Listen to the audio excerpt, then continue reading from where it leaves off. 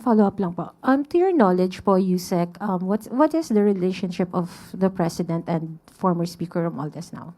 Kagaya ng sinabi ko, hindi ko po nakikita personally si dating Speaker Romualdez dito sa Malacanang. Hindi ko po sila nakikita nag-uusap. Hindi ko sila wala sa ngayon. Wala akong masasabing kung anong relasyon nila. Thank you.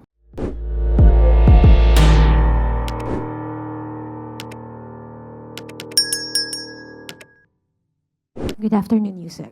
Yusek, last week, PGMN founder Franco Mabanta posted a lengthy video, and kasama po doon, he apologized to the President and the First Lady for the past criticisms na ibinato ng PGMN against them. And kasama rin din po doon yung kanyang paratang that former Speaker Martin Romualdez orchestrated the rift between the President and the Vice President and also betrayed many of his political allies, including President Marcos. Your take on this?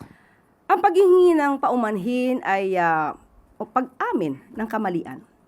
Ang pag-amin ng kamalian, papaano nila masasabi sa tao na totoo ang kanilang kwento.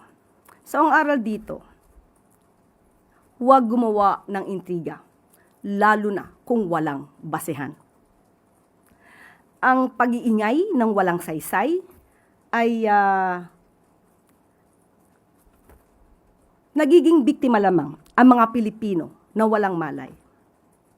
At ang paninira na walang basehan, ginagawa lang na mangmang ang ating mga kababayan.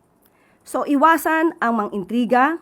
Kung gagawa kayo ng anumang pag-iimbestiga, siguraduhin lamang ninyo na kayo ay may mga ebidensya. Hindi kailangan daanin sa pamilya, hindi kailangan daanin kung saan-saan. Kung meron kayong ebidensya, sampahan nyo na agad ng kaso. Follow-up lang po. To your knowledge po, Yusek, what is the relationship of the President and former Speaker Romualdez now? Kagaya ng sinabi ko, hindi ko po nakikita personally si dating Speaker Romualdez dito sa Malacanang. Hindi ko po sila nakikita nag-uusap. Hindi ko sila wala sa ngayon. Wala akong masasabing kung anong relasyon nila. Thank you. Sunod na tanong, Clay Pardilla, PTV4. Good morning po, Yusek. Yusek, dahil nga po sa mga school violence, Dumanhog Mayor Gica wants to implement a total cell phone ban in schools. And although LGUs have the authority to implement policies within their respective jurisdictions, how do you view this policy po? Sino po ulit siya?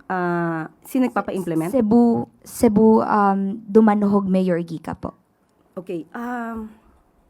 Maganda naman po yung kanyang layunin para po mas magkaroon ng concentration ang mga bata sa kanilang pag-aaral.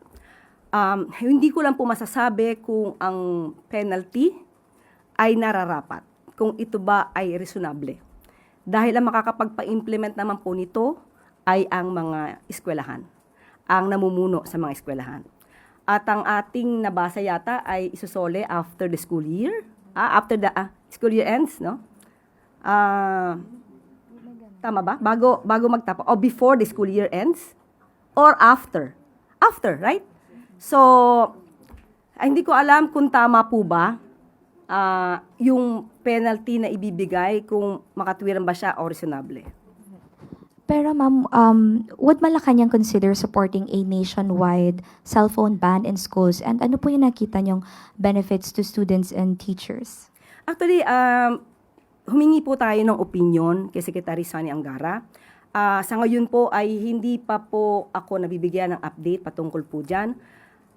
Pero may mga schools na po, especially sa mga private schools, ay talaga pong ban ang cellphones during classes. So, ibinabalik naman to or hindi kailangan mailabas ito during classes. So, but pwede naman nilang gamitin, especially pag kailangan po ng mga sa emergency cases. Thank you po, Yusek.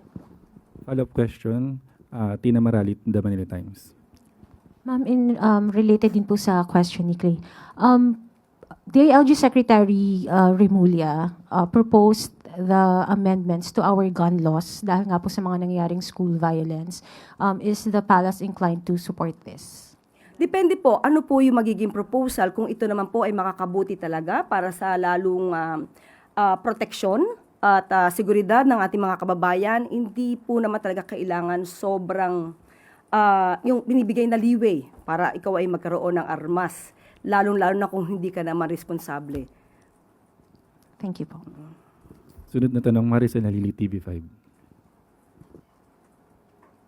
Good afternoon po, Yusek. Yusek, may we have the palace's reaction on the statement posted by the Chinese embassy in reaction to Defense Secretary Gilbert Teodoro's stance on China issue? Ulitin po natin, ang Pangulo po, ang direktiba po, patungkol po sa pakikipag-ugnayan sa ibang bansa, lalo-lalo po patungkol sa West Philippine Sea, dapat ay daanin sa diplomatikong pamamaraan. We could protect our rights, we could fight for our interests in a diplomatic manner. Yan naman po ang nais ng Pangulo. Wala naman po tayong provokasyon, wala naman po tayong aggression, at wala naman din pong pananakop na ginagawa ang Pilipinas kahit kanino mang teritoryo. Ang China, ang bansang China ay tumutupad sa kanilang batas at sa kanilang polisiya. Ganon din po ang Pilipinas. At si Secretary Gibo ay tumutupad lang din sa kanyang mandato, kagaya rin po ng mga opisyales ng bansang China. So, kung ano man po ang detalye pa na patungkol sa tugon na ito, ay maaari po nating itanong to kay Secretary Tess Lazaro. But at least can we describe the relationship now between the Philippines and China, considering na masyadong maanghang yung palitan ng salita ni na Secretary Gibo and as well as other Chinese officials? Sa atin po, sa parte po ng Pilipinas, itinuturing pa rin pong maganda ang relasyon ng ating bansa sa bansang China. So, hindi naman po nagkakaroon ng anumang rift o sigalot dahil lang sa mga mensahe ng ating Defense Secretary. Para po sa huling katanungan, Let Narciso, DZRH. Good afternoon, Yusek. May natanggap na po bang update ang Malacanang sa estado ng stranded na Filipino seafarers sa Strait of Hormuz? At anong plano ng pamahalaan dahil may report na suspinde o sinuspinde ng International Maritime Organization yung kanilang emergency evacuation plan kasunod ng pag-atake dun sa 2 barko. At wala po bang mga Pinoy na nadamay sa insidente? Nag-report po si Secretary Hans Kakdak sa ating Pangulo at ibibigay ko rin po sa inyo ang ilang detalye patungkol po sa stranded Pinoy seafarers. MV Ever Lovely na may 21 Filipino crew on board ang sinasabing inatake ng Iran habang papalabas ng Strait of Hormuz. Walang nasakta na 21 Filipino mula sa 21 Filipino crew kabilang ang captain or kapitan ng vessel. Nanatiling seaworthy ang vessel at nagpapatuloy ng biyahe. Inaasahang makakarating ang MV Ever Lovely sa Singapore sa July 5. Nakatutok ang mga otoridad sa kalagayan ng vessel at mga sakay nitong tripulante. May isa pang Panama flag tanker na inatake sa Strait of Hormuz. Ito ang oil tanker na may pangalang Kiku at lula nito ang 19 Filipino crew. Nananatiling seaworthy ang vessel at nagpatuloy sa biyahe. Walang nasaktan na 19 Filipino sailors na sakay nito. Nakamonitor ang mga otoridad sa kalagayan ng vessel at mga sakay at nakikipag-ugnayan ang mga otoridad sa mga Filipino crew kung sakaling kailangan nila ang onboard psychosocial assistance. So sa ngayon ay 2,100 Filipino seafarers na sakay ng 85 ships ang nakalabas na sa Strait of Hormuz. So habang nasa 3,800 Filipino seafarers pa ang nakasampa ng barko sa Persian Gulf. So nanatili po nakatutok ang mga otoridad sa kanilang kalagayan. Yung pagdating po sa Singapore ng Filipino seafarers, pauwi na ba sila? Yun lang po ang ating yun lang po ang naibigay na detalye sa atin ni Secretary Hans Kakdak at itatanong ko po sa kanya yung follow-up question po ninyo. Wala na pong katanungan mula sa MPC. Balik na po sa iyo, Yusek. Salamat. At bago tayo magtapos, Para siguruhing ligtas ang ating mga komunidad at tuloy-tuloy ang daloy ng trapiko, ipinag-utos ni Pangulong Ferdinand R. Marcos Jr. sa DPWH na gawing mas masinsin ang paghahanda kontra baha. Noong Biyernes, June 26, ay binisita ni Pangulong Marcos Jr. ang rehabilitation ng G. Araneta Drainage System kasama si DPWH Secretary Vince Dizon upang kilatisin ang mga naging improvement sa nasabing proyekto. Layunin ng rehabilitation project na pabilisin ang paghupa ng baha sa mga komunidad na taon-taon ay nakakaranas ng matinding pagbaha. Kasama rin sa mga inspeksyon ng Pangulo ang declogging operations at paglilinis ng mga daluyan ng tubig sa ilalim ng Oplan kontrabaha ng ahensya. Ayon sa mga residente, mas kapansin-pansina ang mabilis na paghupa ng tubig sa kanilang lugar nung matapos ang drainage system improvements sa G. Araneta Avenue hanggang E. Rodriguez Sr. Avenue. Bilang dagdag sa pagkontra sa baha, Sunog Apog Pumping Station sa Manila dapat operational na ngayong Hunyo. Yan ang madiin na utos ni Pangulong Marcos Jr. 6 years na hindi gumagana.